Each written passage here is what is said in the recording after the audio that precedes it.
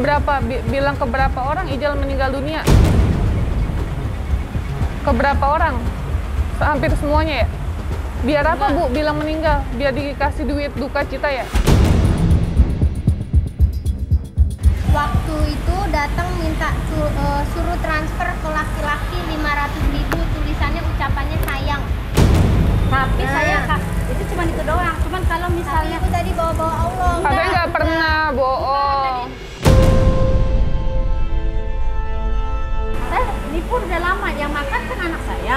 Ibaratnya Saya nipu udah lama. 800, 900. Terus saya beliin HP, dijual sama anak saya.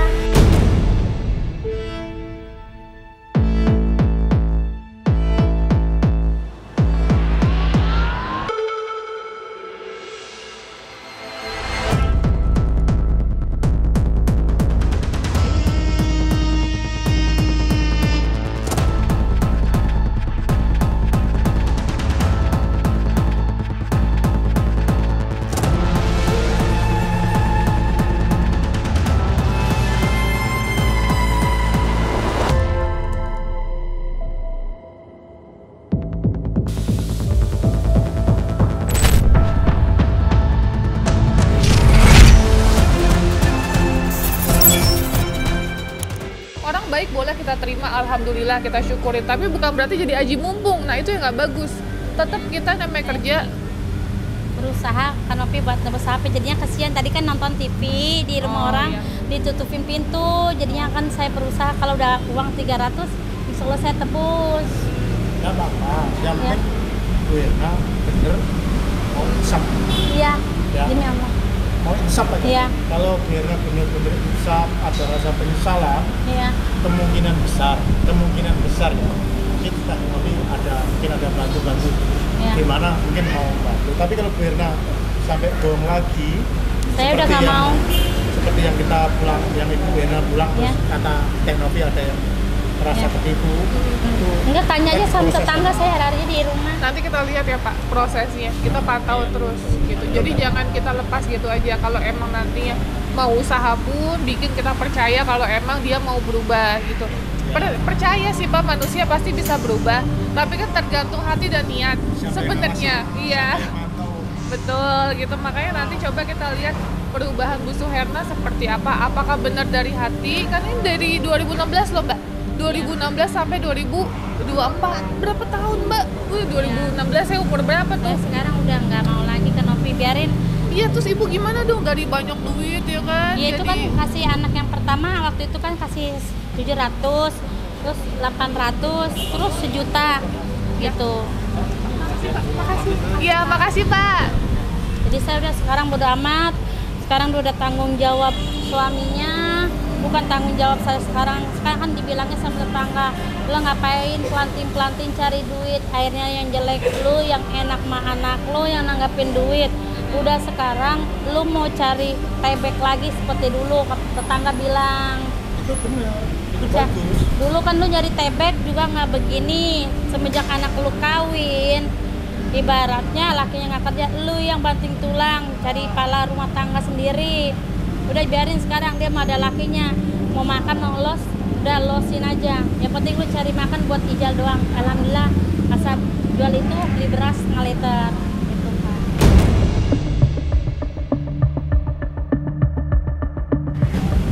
Oke. Ya nanti kapan waktunya kita tunggu kabar ya Pak. Siap. Pokoknya kita standby. Bapak bilang aja, misalnya teh besok teh, ya udah kita langsung berangkat ke sini. Kalau saya pribadi kan kalau ada hari libur, Oh. Minggu sama Sabtu saya setengah hari. Jadi kalau pengen bantuan saya seperti itu. Gak apa-apa. Kan kita lihat juga dari waktu anak-anaknya dan Komnas juga kan Pak, biar serempak maksud saya gitu. Secepat. Justru yang wawancari saya dari RCTV, yang Sidat TV, apa jadi itu semua. Kalau dia saya pernah 2 kali. Ya, karena kan viral di TikTok Mbak, gitu. Emang wartawan banyak yang hubungin kita Pak, jujur aja. Tapi kan kita nggak concern untuk pers gitu sebenarnya Pak. Tapi nggak apa-apa kalau emang setuju untuk klarifikasi Ibu ya silakan aja gitu. kita nggak ada larangan. Mbaknya juga kan yang memviralkan pertama kali. Betul. Kalau kita cuma fokus menyelesaikan ini aja sama Ijal, Pak. Bantuin iya, Siap. itu aja. Siap. Ijalnya nanti seperti apa? Saya sih pengennya ya, Pak, dia diamankan gitu Ijal. Karena kan dia harus sekolah, Pak. Gitu biar diurus sama pemerintah gitu supaya tidak membebani.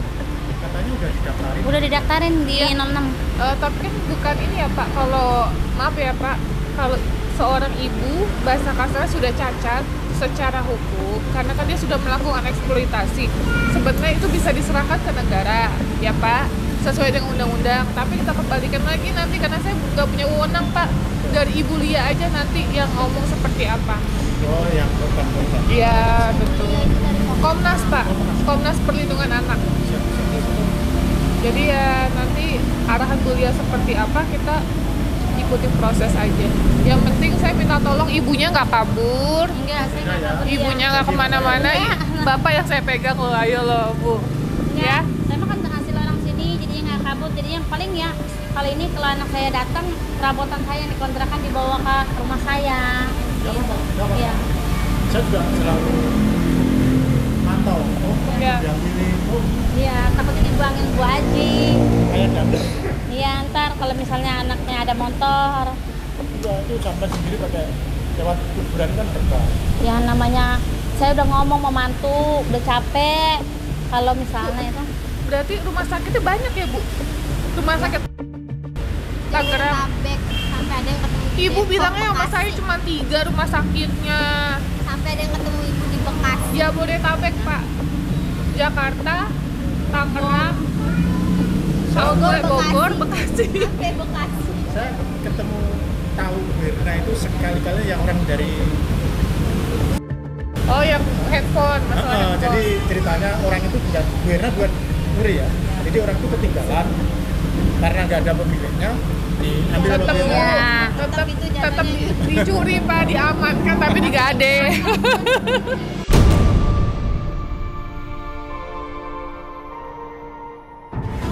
Saya nggak tahu teh. Iya.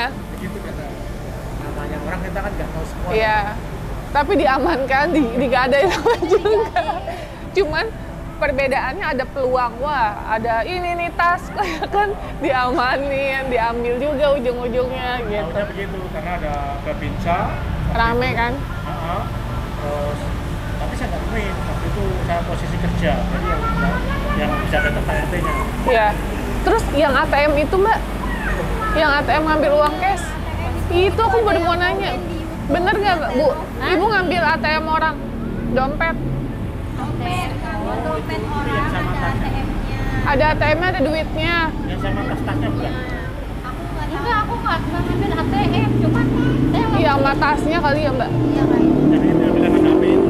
Iya. kalau tadi nemu HP yang di tas, HP-nya 2, cuman yang satu kan HP kayak Dompet. Ya, bener, ada dompetnya. Iya, nggak ada itu. duitnya, Ada nggak ATM. ada, Ada dompetnya ada. nggak ada duitnya, nggak Ih, ada, ada, Bu. nggak Iya. ada. Bukan tas, ini dompet. Dompet. Beneran dompet doang yang diambil. Soalnya Tuh. tulisannya dompet doang. Sama ATM. Dompet isinya ada ATM. Ya, Bu. Nanti ya kita hubungin korbannya ya. Kita soalnya satu-satu ini banyak banget. Handphone aku isinya screenshot. Yang dompet tuh bisa ketemu ini. Di TikTok, Pak, kan rame. Oh, Instagram. Banyak, Pak. Udah banyak yang komen. Oh, banyak yang DM. Mau makan nggak? Sendal kamu nyari di kuburan. Katanya nggak ada sendal. Sendalnya putus pakai peneti. Oh, sendal pakai peniti. Rusak, hilang. Bilang mama. Hilang. Sini. Ya udah pesen makan, Gi. Sekalian mbaknya pesenin nasi. Mbak mau nasi ayam. Pak, Ibu. Ibu belum makan katanya. Kan dia Rizal udah makan belum? tadi kan dia Mbak, udah sana pesen. Mau makan apa? Pesan aja, pesan sana. Iya, pesen aja, pesen sana. Pesen dulu. Tuh. Sama om. Kan sama om.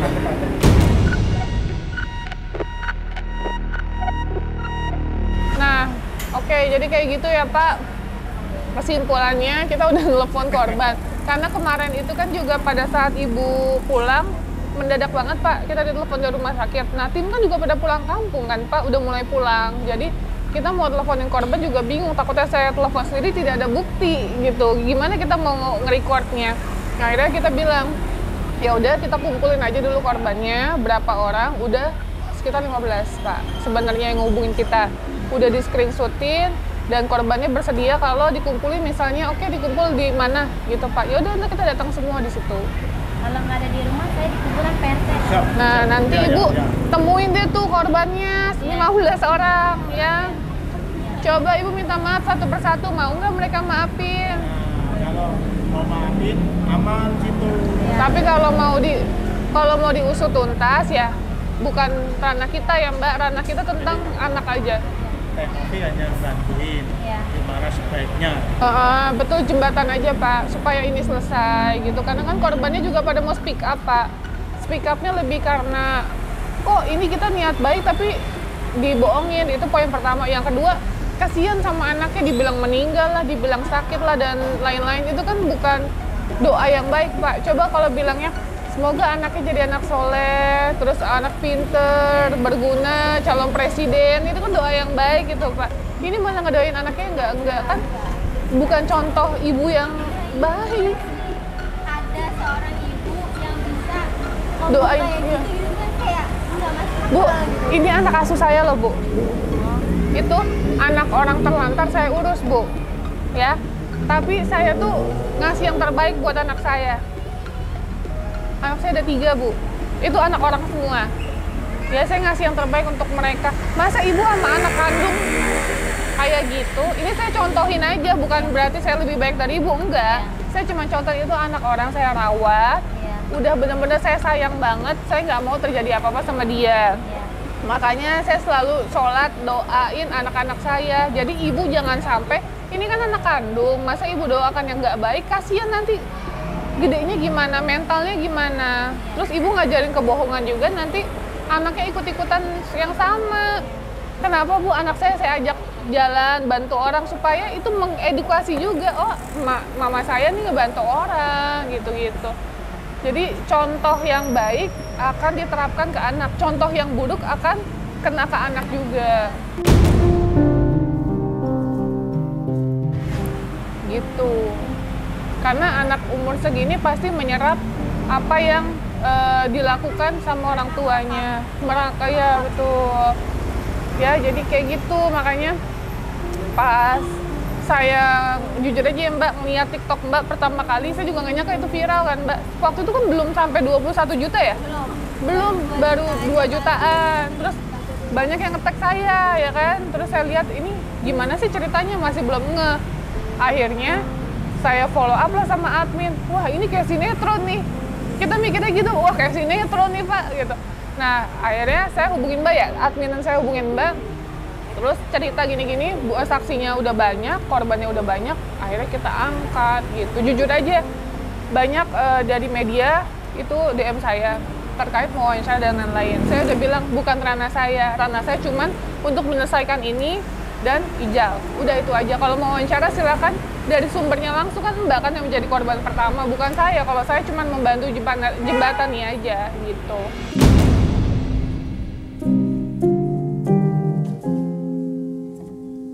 Ya Bu, Ya. Ibu udah cek kulit belum? Kok garuk-garuk mulu? Iya, pas sakit aja kanopi. Pas sakit panas aja waktu itu di rumah. Nah, terus hasil medis baru mau ngomong. Hasil medis besok hari Senin. Baru ketahuan. Baru. Kan kemarin Lebaran, Pak. Jadi semua hasil medis belum direkap semua. Baru Senin besok siang. Terakhir pulang itu kok belum ada hasilnya apa. Belum. Emang belum. Dari semuanya kan saya bawa ODGJ keluar 5 orang, Pak. Udah saya pulangin semua. Ibu juga udah saya pulangin. Semuanya sama. Jadi hari Senin besok jam 1 siang baru keluar. Gitu. Ya, Bu. Ya, Emang Ibu udah agak lebih enak kemarin di rumah sakit. Obatnya diminum nggak? minum terus. Bener. Iya, minum terus. Terus kalau udah minum obat, efeknya apa? Ya enak, hasilnya lega gitu, kanopi gitu. Jadinya enak gitu, kalau tidur juga enak, kan harinya nggak bisa tidur. Ngantuk kan? Kan Iya. emang ngantuk obat itu. Iya. Kan sehari sekali makan obat tuh pagi doang. Nah, aku udah cerita belum? Ibunya di rumah sakit ngamuk-ngamuk.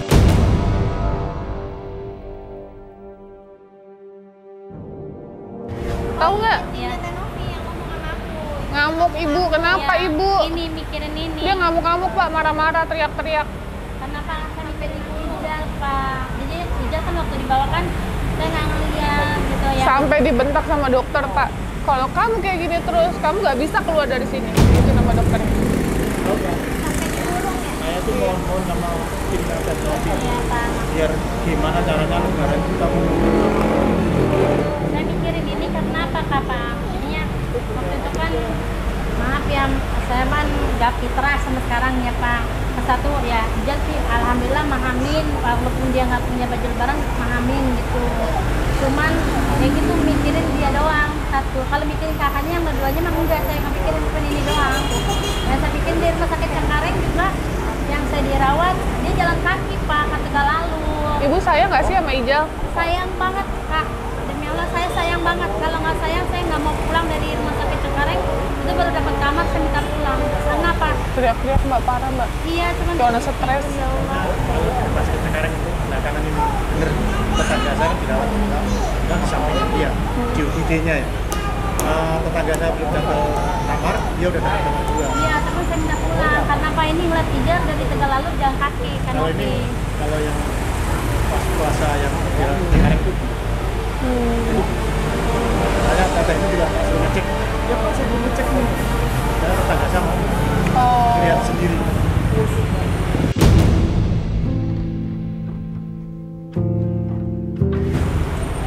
Empat hari ini. Kalau berapa harinya saya Ya, nggak. yang itu yang ada obat pulangnya itu loh yang Iya. Ralfat itu. Yang apa? Ralfat yang obat lambung. Iya. Habis Oh. keluar dari UGD itu dapat obat lambung. Nah, terus dia bilang kan, kan dia bilang, Mbak, ada sakit hepatitis sama dokter. Nah, dia bilang, Pak, saya ada, dok, saya ada sakit hepatitis, katanya. Tahu dari mana kamu ada sakit hepatitis? Kan dia bilang, ya saya waktu itu cek di klinik puskesmas, katanya gitu kan. Dicek hasilnya, bagus kok, negatif. Tapi kalau itu negatif ya Mbak, yang saya tahu. Terus untuk ronsen, semua MRI itu semua bagus. Ya, tapi nanti kita coba lihat untuk mentalnya seperti apa. Kalau untuk mentalnya kan mungkin mau untuk mental belum keluar, tapi kalau untuk hasil scan semuanya enggak, itu bagus. Nggak ada hepatitis ya. Cuman kalau saya bingung dari rumah sakit. Itu mah bisa-bisaan Itu puskes sama rumah sakit besar itu beda. beda ya, betul Kalau rumah sakit besar itu sampai di tes darah betul. itu keluar semua penyakit. Jadi nggak bisa bohong Bu, mau ibu bilang ibu request mau sakit hepatitis supaya dikasihanin ya nggak bisa Bu. Kalau rumah sakit besar itu tes darah itu nggak bisa dibawa. Iya, makanya. Gampangnya aja nih Bu, Ibu kan bilang nggak boleh putus obat. Iya, Obatnya nggak ada. Udah ini Iya. itu aja. Iya, iya betul. Cuma ada rujuk-rujuk aja ya. Baru itu aja. Dan rujuknya juga Ijal kok. Iya, bukan ibu. Ya pokoknya ibu nggak ada sakit hepatitis ya, diklarifikasi. Kemarin ibu terkesan, maaf ya Mbak, kita kayak jahat banget gitu Mbak. Kita kayak terkesan jahat banget. Ibunya nggak sakit apa-apa, ibunya cuman mengarang Mbak untuk dikasihani untuk dilepas lah ya. Dia bilang sakit hepatitis, padahal tidak ada sakit sama sekali. Apalagi itu kan maaf banget, kan punya negeri ya Mbak gitu. Jadi ya nggak mungkin salah gitu. Bisa diapa-apain. Nggak bisa diapa-apain hasilnya. Tetaplah itu hasil yang akurat dari rumah sakit. Ya udah. Semoga ini cepat selesai, menjadi pembelajaran untuk ibu. Hasilnya apa? Saya serahkan lagi sama Komnas yang mempunyai ranah untuk perlindungan Ijal, gitu. Paling kakaknya kalau pulang 3 minggu atau 2 minggu di kampung. Nggak apa-apa. Jadi kalau anak-anaknya udah kumpul, Ya. itu kasih Info, tahu ke saya. ya. Ntar saya kasih tahu Teh Ya, Novi. ya. Jadi Teh Novi bisa ngumpulin korban-korbannya, ibu bisa minta maaf, bisa ini Sebagian. kalau dia maafin. Nah, Makanya kata tetangga situ udah kayak dulu lagi aja. Kayak dulu lagi. Kayak dulu lagi tepek tuh, maksudnya Oh. bekas lagi kayak dulu kan dulu begitu. Lah, ibu dari dulu bukan 2016 aja udah nipu. Berarti Iya. dulu kapan? Waktu anak saya kecil kayak kakaknya kayak gini belum nikah gitu, Pak. Maksudnya Aduh, udah buang-buang naik. waktu kakaknya